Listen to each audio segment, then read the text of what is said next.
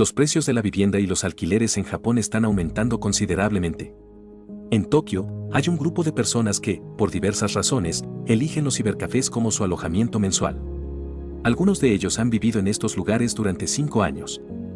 En las calles de Tokio, hay varios cibercafés ocultos en edificios de gran altura. Algunas personas consideran una cabina en el cibercafé como su residencia temporal. Cuando cae la noche, aquellos que convierten los cibercafés en sus hogares regresan a sus habitaciones. A estos individuos se les conoce como refugiados de los cibercafés. Este término se utiliza para referirse a personas que no tienen una residencia fija, pero viven en cibercafés o cafés de manga. Puede resultar difícil de creer, ya que ¿quién querría vivir en un lugar como un cibercafé?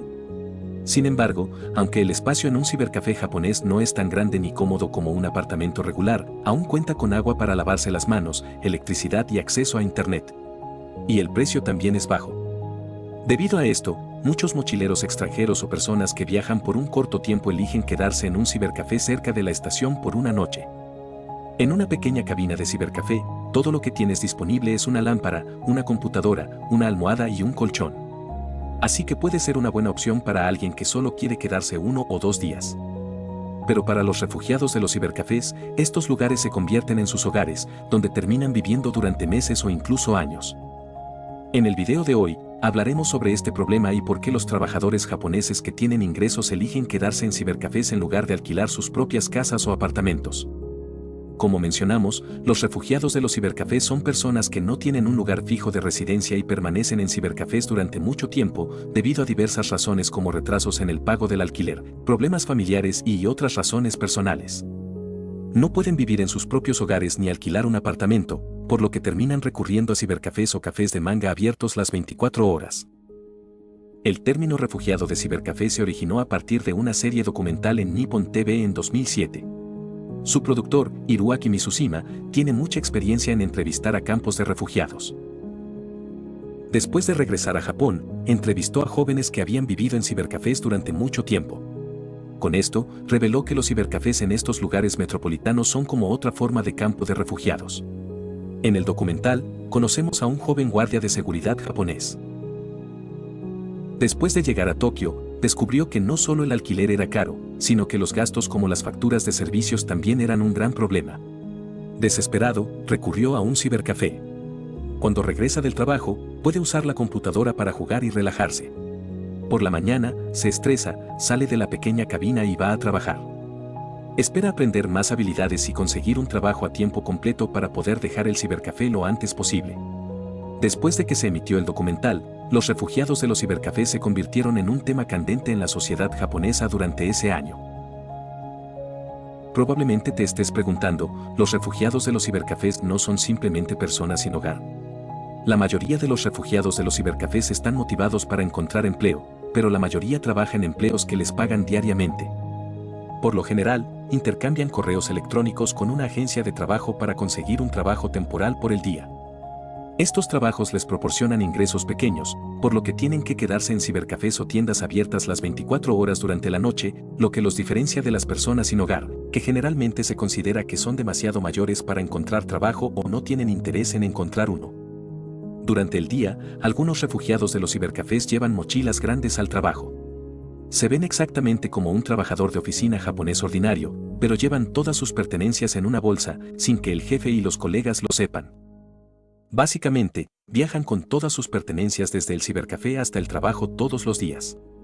Nippon TV informó que aproximadamente el 80% de estos residentes a largo plazo de cibercafés son hombres y el 20% son mujeres, todos con edades entre 30 y 49 años.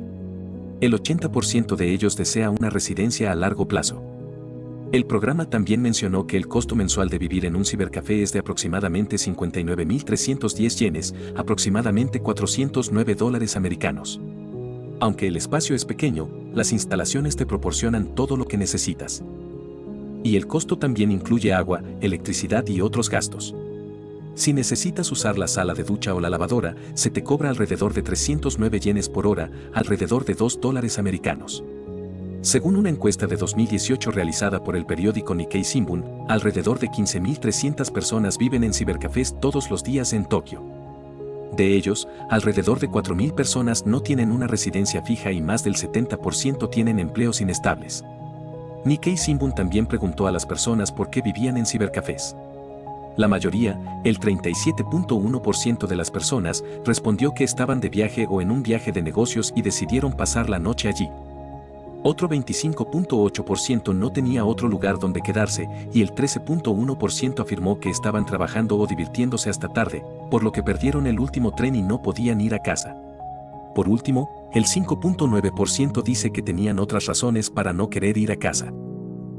¿Por qué hay tantos refugiados de cibercafés en Japón? La principal razón es la mala situación económica. En 2016, el gobierno metropolitano de Tokio llevó a cabo la primera encuesta sobre personas que perdieron su residencia, como los refugiados de cibercafés en Tokio. El resultado mostró que todos los días hay alrededor de 4.000 personas sin hogar. De ellos, el 38.6%, que es el porcentaje más significativo, tiene entre 30 a 39 años. Este grupo es seguido por personas que tienen entre 50 a 59 años, que componen un total del 28.9%. Entre ellos, casi la mitad de las personas tienen un ingreso mensual entre 110.150 a 1.000.000 yenes, lo que sería aproximadamente entre 760 a 1.036 dólares americanos. Puede que te preguntes si tal salario no debería ser suficiente para alquilar un apartamento. La cuestión es que en Japón, al alquilar un apartamento, además de pagar el primer alquiler, también debes pagar la caución, el key-money y las tarifas de corretaje. El monto de la precaución suele ser equivalente a 1 o 2 alquileres y es un depósito normal para evitar que los inquilinos rompan cosas en tu apartamento.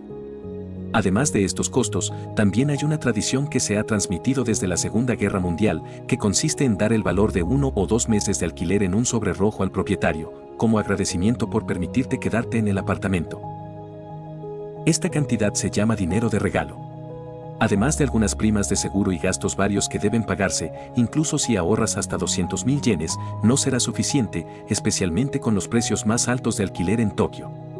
Por lo tanto, las personas con malas condiciones financieras solo pueden vivir en cibercafés. Sin embargo, la falta de dinero no es la única razón. El gerente del cibercafé entrevistado dijo que en realidad muchos clientes pueden permitirse alquilar un apartamento, pero en comparación con el alquiler de Tokio la tarifa mensual de los cibercafés es muy rentable y no tienes que pagar por gas, electricidad, precaución y otros cargos. Un trabajador de oficina japonés que vive en un cibercafé también dijo que, en lugar de pasar tiempo viajando al trabajo, es más fácil vivir en un cibercafé cerca de la empresa. Además, algunas personas se han convertido en refugiados de cibercafés porque tienen malas relaciones con sus familias y eligen huir de casa y tampoco tienen dinero. La segunda razón está relacionada con la inestabilidad laboral. El informe muestra que más del 70% de los refugiados de cibercafés no tienen empleos estables. Esto está relacionado con el sistema de empleo típico que se está volviendo prevalente en Japón, comúnmente conocido como el sistema de trabajo temporal. Después del estallido de la burbuja económica de Japón en los años 90, la economía japonesa experimentó una disminución, lo que causó el colapso del sistema que garantizaba el empleo de por vida y las promociones profesionales. Para reducir los gastos, las empresas comenzaron a externalizar al personal y firmaron contratos con empresas de servicios de trabajo temporal para enviar trabajadores. El nuevo sistema ahorra dinero a las empresas. No tienen que pagar seguro de empleo ni ningún gasto adicional. Por otro lado, el trabajo de los trabajadores temporales es inestable e inseguro. Muchos de estos trabajadores no tienen idea de cuál será el próximo trabajo ni dónde será, por lo que les resulta más difícil establecerse en algún lugar. Es más conveniente para ellos quedarse en un cibercafé, lo que les brinda más flexibilidad, ya que tienen la opción de irse cuando quieran. El proceso de convertirse en un refugiado de cibercafé tiene etapas. Al principio, puede haber sido porque las personas fueron despedidas o no tenían trabajo y no podían pagar el alquiler, o no querían regresar a sus hogares, así que eligieron un cibercafé como refugio temporal.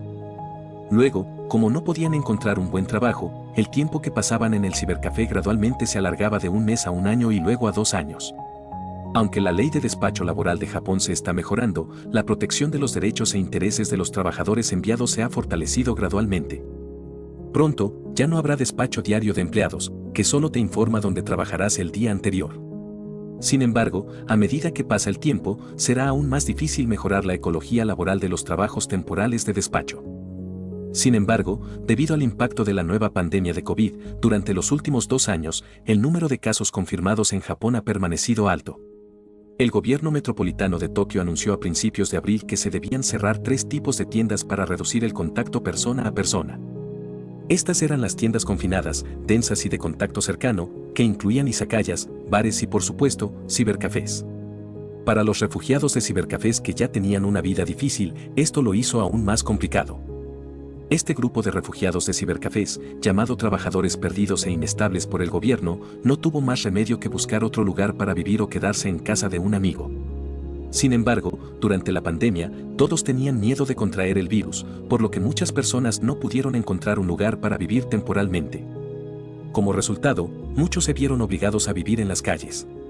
Aunque el gobierno metropolitano de Tokio ha tratado de proporcionar soluciones para servir como viviendas temporales para estas personas sin hogar, como arreglar apartamentos, viviendas públicas, hoteles, etc. Hubo mucha burocracia involucrada y muchos no pudieron presentar solicitudes. La aparición de refugiados de cibercafés es un reflejo de las dificultades en el mercado laboral japonés en la actualidad.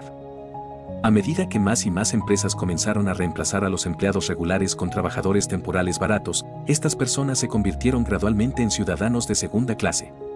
Estas personas no tienen dinero para pagar el alquiler y tienen que vivir en cibercafés las 24 horas.